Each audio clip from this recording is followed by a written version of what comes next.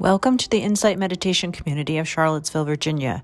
You can find all of our program offerings and information about our Sangha at www.imeditation.org.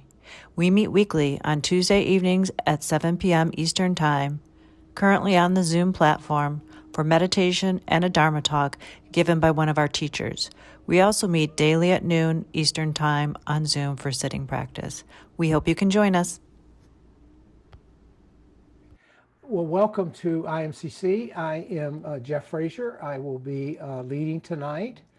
I am going to do something we've started doing more recently, which is light a candle, and then we'll have some additional announcements and so forth. But I wanted to start by lighting a candle in honor and respect for those generations before us who brought this tradition to us and who preserved it, who brought it here from Asia.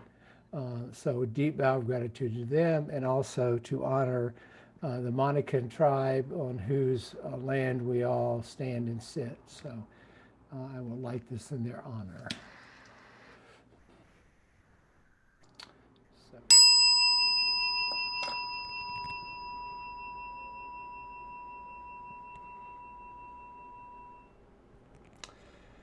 So welcome back. Thank you for joining us this evening.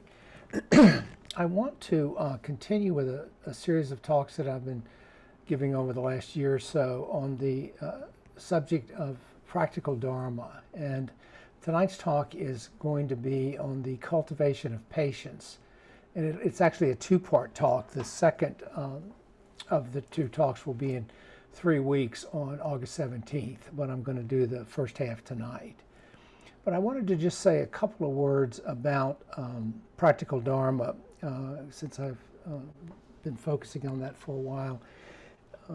It's probably a reflection of my training as a psychologist and years of practice as a psychologist, but I really tend to be a pragmatist. I'm interested in what works. And that's really what I mean by practical Dharma. You know, what tools do we get from this practice that help reduce our suffering on a daily basis and the suffering of those around us? I mean, that's what I'm really interested in, the practical, pragmatic tools. There's lots of interesting theoretical and philosophical questions in Buddhism, but for day-to-day reduction in suffering, I think that the practical tools are really where the rubber meets the road. You know, I love teaching the Buddha Dharma. I love it because it's been such a profound influence in my own life. I often say if it can relieve my suffering, it can do that for anybody. It continues to work, practice daily to reduce my daily suffering, meet my challenges, my struggles. It's just been a remarkably transforming practice. Sharon last week spoke of several very gifted teachers whose behavior off the cushion caused harm to themselves and others. You know, you come away from those stories thinking something was missing. You know, something in their practice or in their lives was missing. And so, you know, I would make the point here in talking about practical Dharma that sitting on the cushion for 45 minutes or an hour a day is important, but it's not sufficient. We can't just sit and then go off and do our usual thing the other 23 hours and expect that we're going to experience very much change or transformation.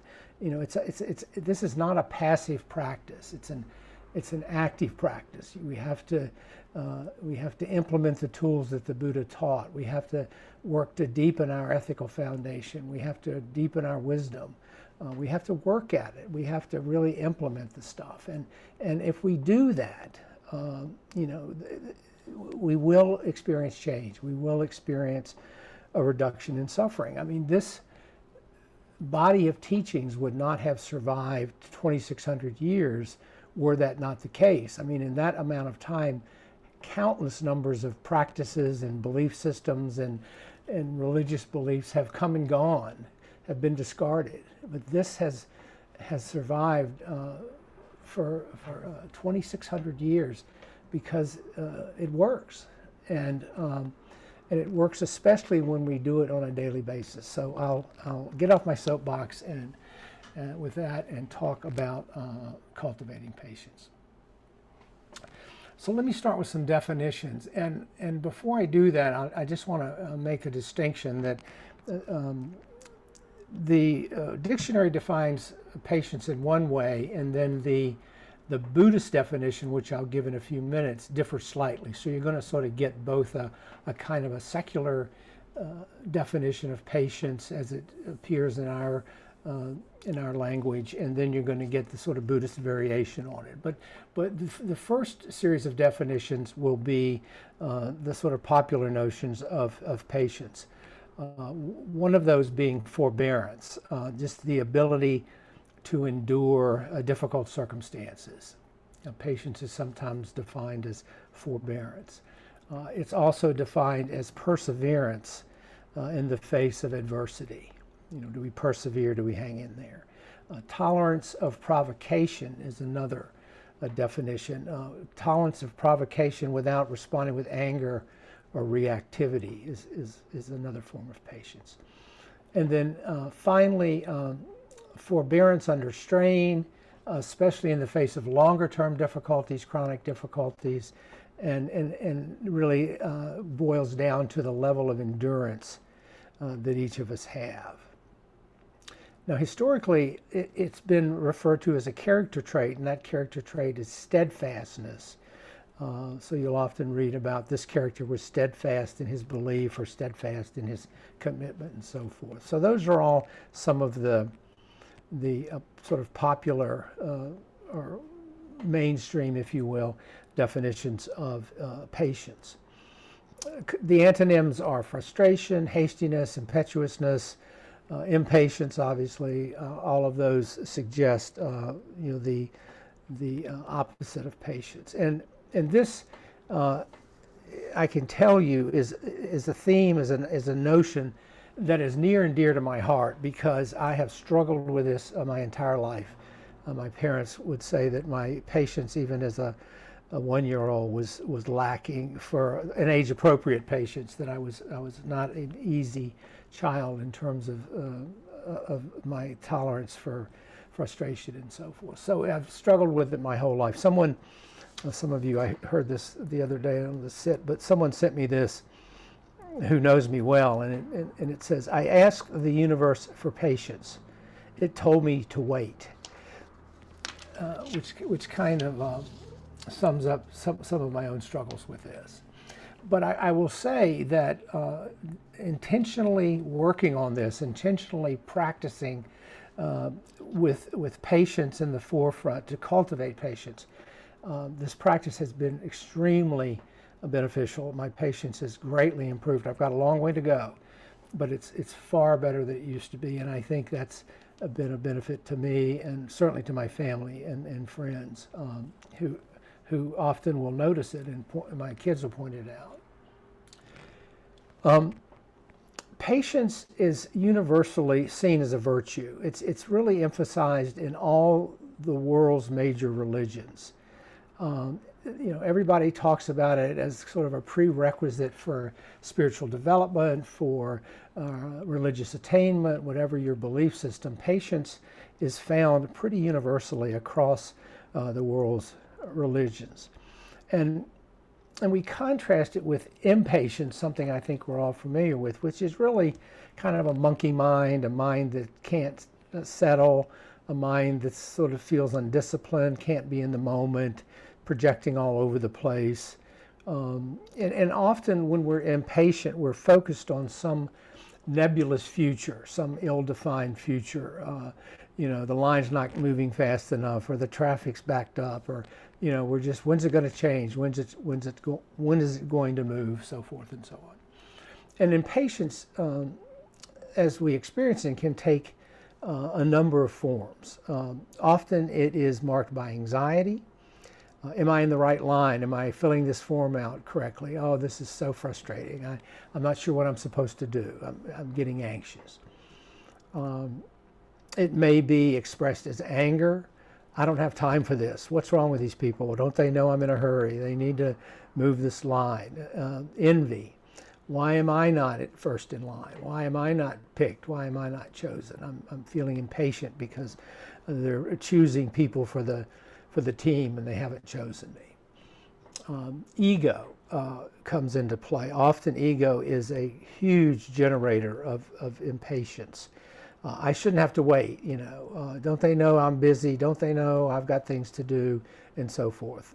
Any of these negative dispositions, if we scratch the surface, typically we'll see that there's impatience is in the mix somewhere.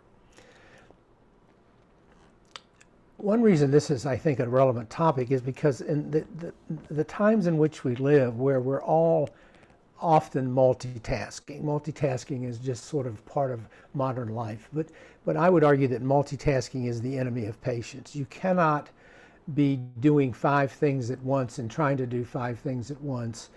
Check your phone, stir your soup, yell at your kids, whatever, when you're in a patient frame of mind. So we have I think a much steeper climb than folks did in the Buddha's time when he taught this, just given the world in which we live. So I think it's all the more important that we work to cultivate patience. It's really cultivating a mind that's disciplined to recognize the opportunities that each unique moment provides. We're present enough to recognize the opportunities that these moments, moment-to-moment awareness bring to us. It's the arising of a mental state that is focused on the moment. We're in the moment.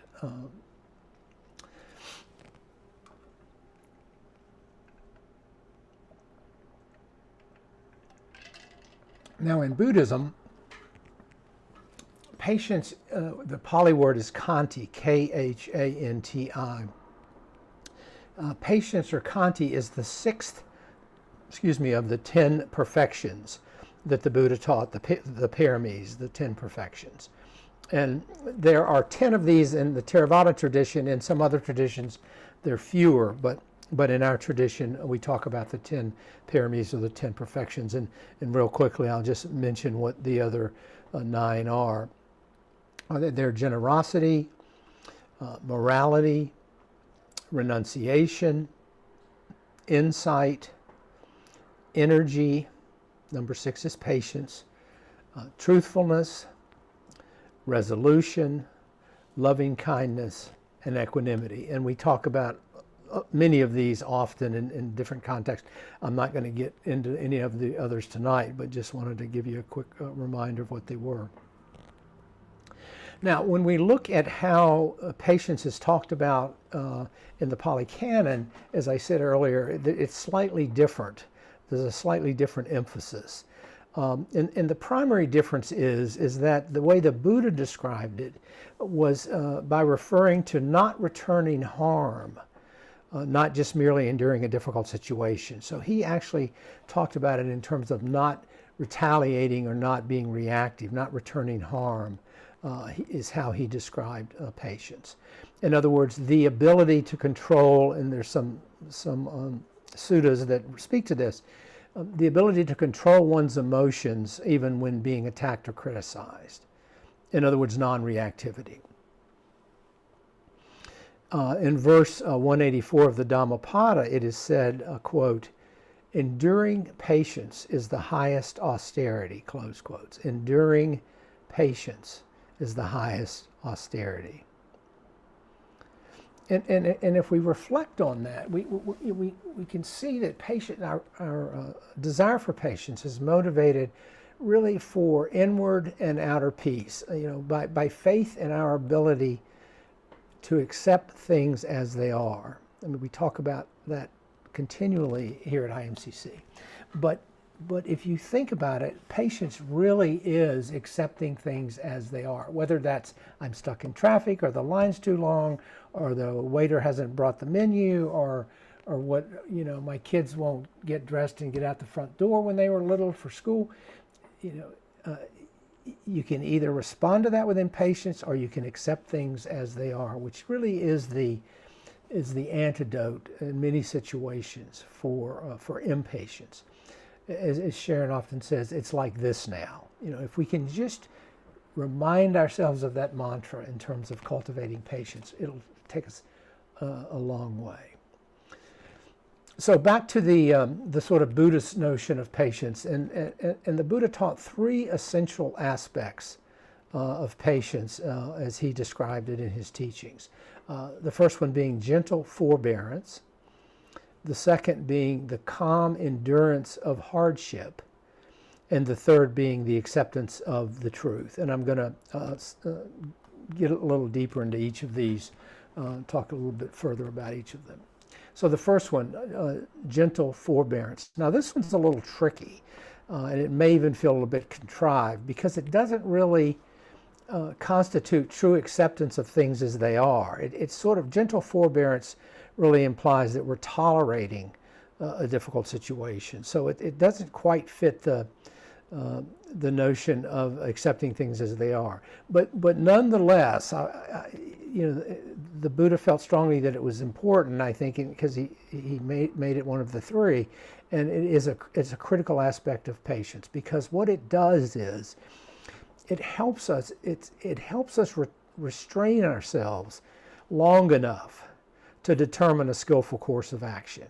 Okay, so what the gentle forbearance does is it helps us put that pause in there to determine what's the appropriate course of action in this frustrating situation in which I find myself. So gentle forbearance, it's not just tolerating an uncomfortable situation as it implies, but nor is it accepting things as they are. It is a pause to figure out what to do next. So anytime that we want life to be other than it is in the moment, we're caught in impatience. I mean, by definition, it is that broad and that wide. We lose our sense of humor, we get grumpy, we may indulge in some self-pity. Depending on the circumstances, we may despair, we may look to blame someone or something. We may feel resentment. All of these things can crop up when we're frustrated and impatient. One of the things that gentle forbearance also helps with is cultivating the spirit of forgiveness.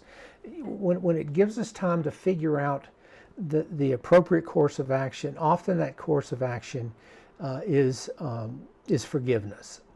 Because when we're in conflict with others, and others are the source of our impatience, the source of our frustration, simply by shifting a little bit to understand their suffering. In other words, here I'm asking that we evoke some compassion.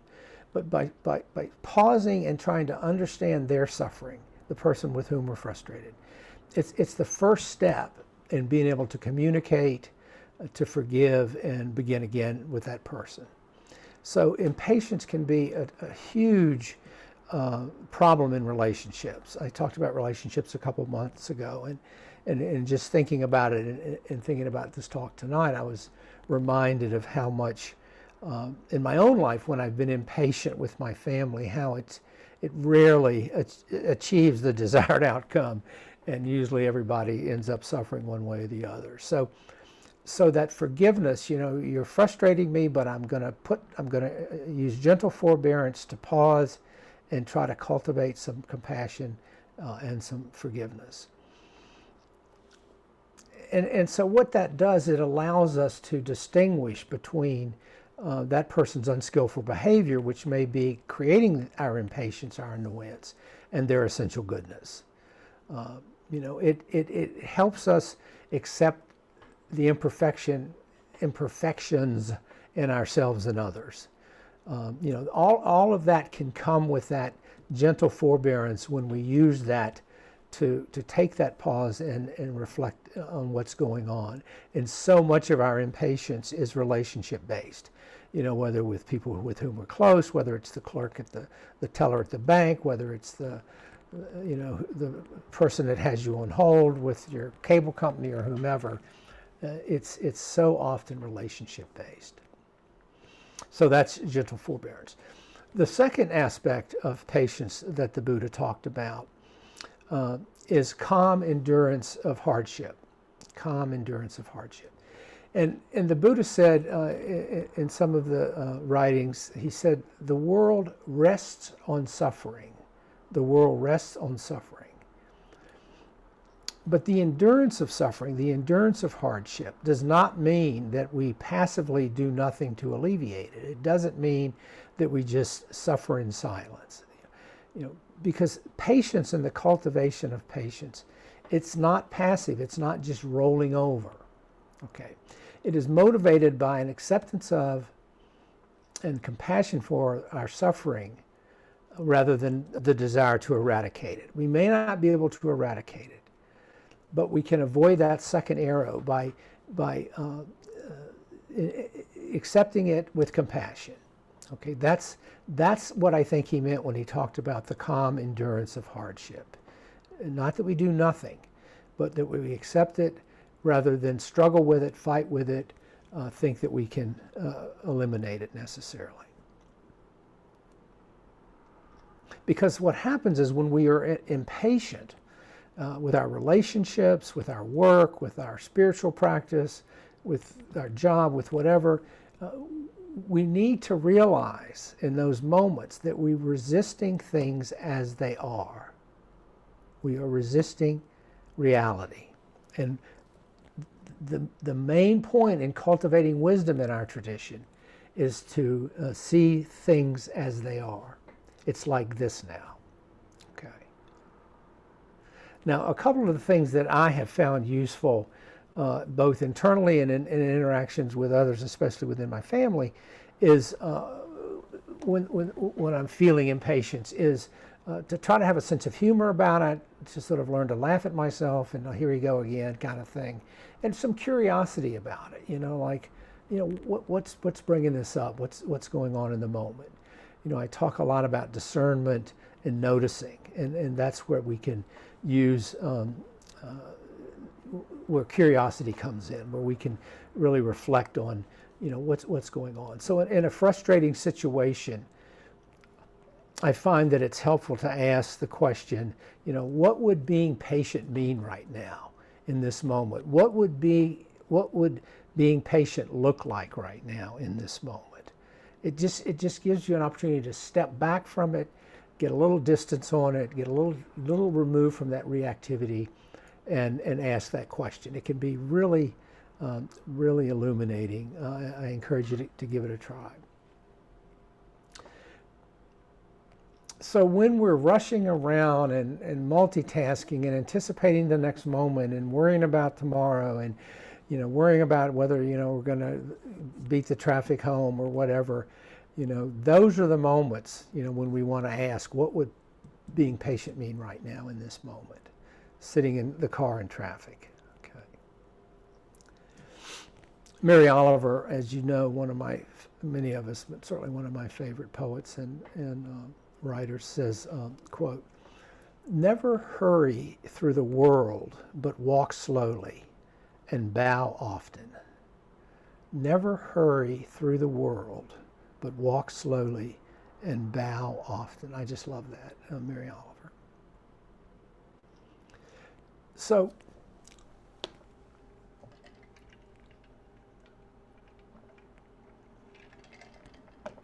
many of us, most of us probably, do try to do so many things at once.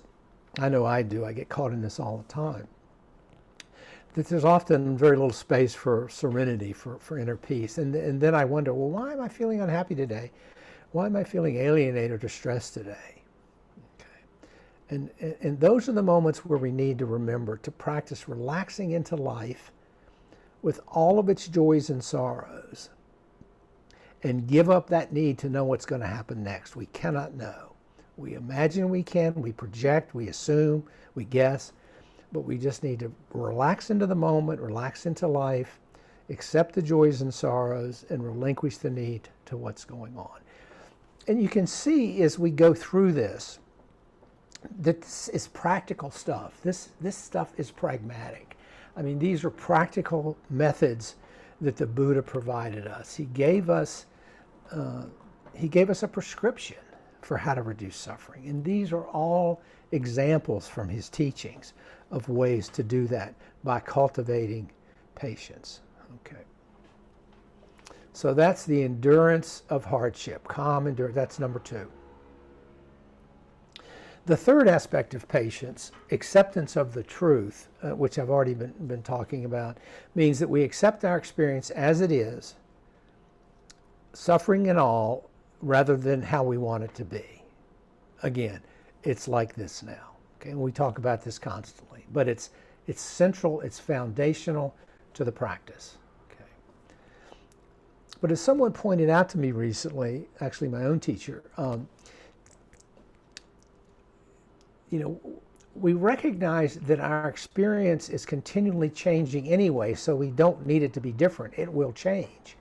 That's the nature of impermanence. If I just be with whatever's happening right now, and I'm not enjoying it, and I'm suffering with it, I can be reassured in the knowledge that it's going to be different in a little while or another day or whatever, because that is the nature of impermanence.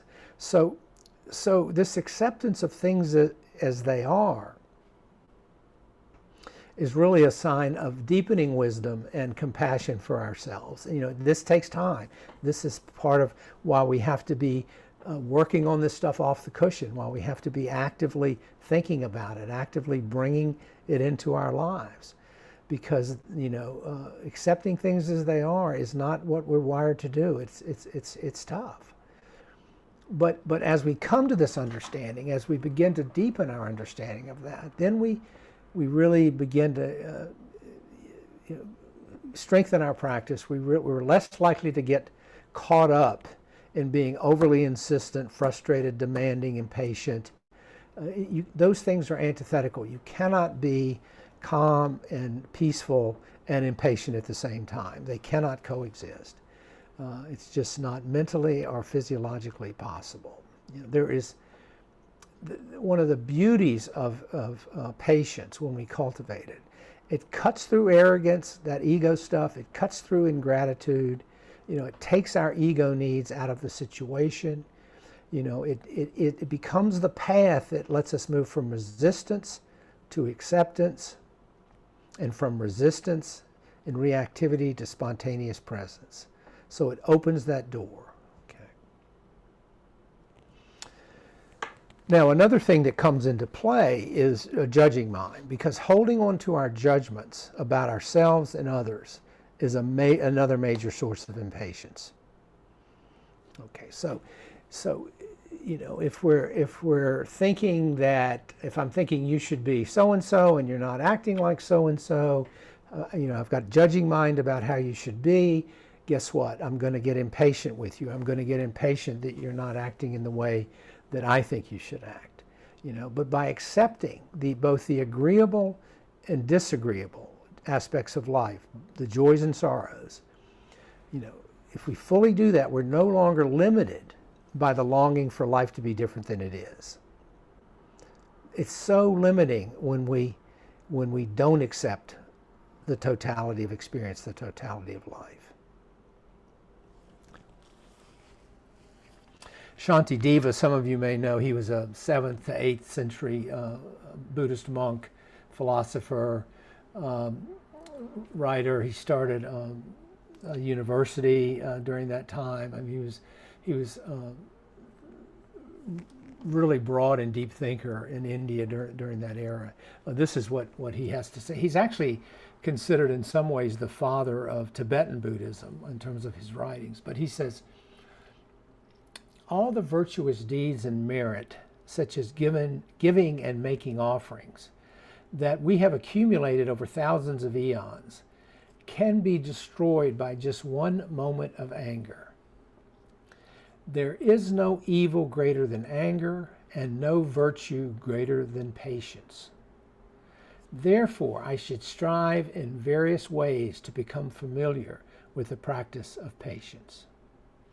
If I harbor painful thoughts of anger, I shall not experience mental peace. I shall find no joy or happiness, and I shall be unsettled and unable to sleep. That's Shantideva from the 8th century. So obviously this issue, this struggle has probably been around since mankind stood upright. So this quality of patience is such a gift. It helps us in our ability to experience, to be with experience, free of demand, awake in the moment. It's a wonderful gift in terms of the quality that it brings to our lives. And again, it should not be confused with passivity, with reticence, with procrastination, because those things are about resistance, they're about avoidance, they're about a lack of energy. It's a more of a calm abiding that accompanies endurance. Okay, it is engaged, it's active, it's not passive. We're having to bring presence to it and awareness to it. So just bear with me for a moment and think about a couple of scenarios that I thought about in my own life. After you press the elevator button, do you calmly wait or feel agitated and keep pressing it? Have you ever had that experience? You're waiting for the elevator and you keep pushing the button. Now the elevator has arrived and you step inside, and do you take that moment just to sort of bring awareness to the body, to the breath? Or do you start fiddling with your phone and checking your text and checking your appointments? What's going on while you're riding the elevator? When you're standing in line waiting to go into the restaurant or the movies or whatever, are you mindful of your feelings, your emotions, or focused on the delay that's being caused? What's going on up there? Why aren't they moving quicker? Why can't this line get going? The difference in terms of our inner experience between me fretting about how fast the line is moving or not, and just focusing, being present in that moment, it's like night and day. It's like, are we calm and at ease in waiting, or are we preoccupied with impatient thoughts? So patience is, I hope I've made a convincing argument tonight that patience is an important part of our practice. As I said, I think it's foundational in some ways. I think it's hard to be fully in an impatient state and cultivate the kind of inner serenity and engage in skillful behaviors when we're all tied up in knots with impatience.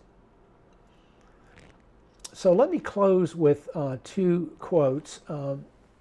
One of the folks you'll be familiar with, one you may not. This is someone named Reb, R-E-B Anderson, from a book he wrote called Entering the Mind of the Buddha. And I like this quote because I love the imagery of it. He says, quote, "Buddhas are sitting in the midst of fierce flames, turning the wheel of Dharma. A ring of fire surrounds every Buddha's meditation seat. Buddhas sit at the center of the suffering of all beings, and they have developed the capacity to be open to boundless suffering. This capacity is the perfection of patience. These flames give off heat and light. They represent both the burning heat of suffering and the opportunity for spiritual illumination. We too sit at the center of all flames of suffering. The inexhaustible expressions of impatience are included in the flames of suffering, in the endless ways of turning away or touching the flames. Turning away, we freeze. Touching, we burn. Impatience takes many forms, including anger, hate, rage, contempt, aggression, disgust, nausea, rejection, aversion, ill will, and violence. This heroic practice offers us the opportunity to develop the capacity of the Buddha and the Bodhisattvas to be open and listen to all the cries of the world. This is how we are practicing together with all Buddhas and how they are practicing together with us." close quotes. That's Rem Anderson from Entering the Mind of the Buddha. And then finally, from the Dalai Lama, he says, quote, "The most important benefit of patience, it consists in the way it acts as a powerful antidote to the affliction of anger, the greatest threat to our inner peace and therefore our happiness. The mind or spirit is not physical. It cannot be touched or harmed directly. Only negative thoughts and emotions can harm it. Therefore, only the corresponding positive quality can protect it." Close quotes. So my next talk on August 17th will be part 2, and then at which time we'll talk about more tools of cultivating patience and practices from the Dharma. Let's just sit for a minute, and then if anyone has thoughts or questions, we can spend a few minutes on that. So let's just sit for a moment.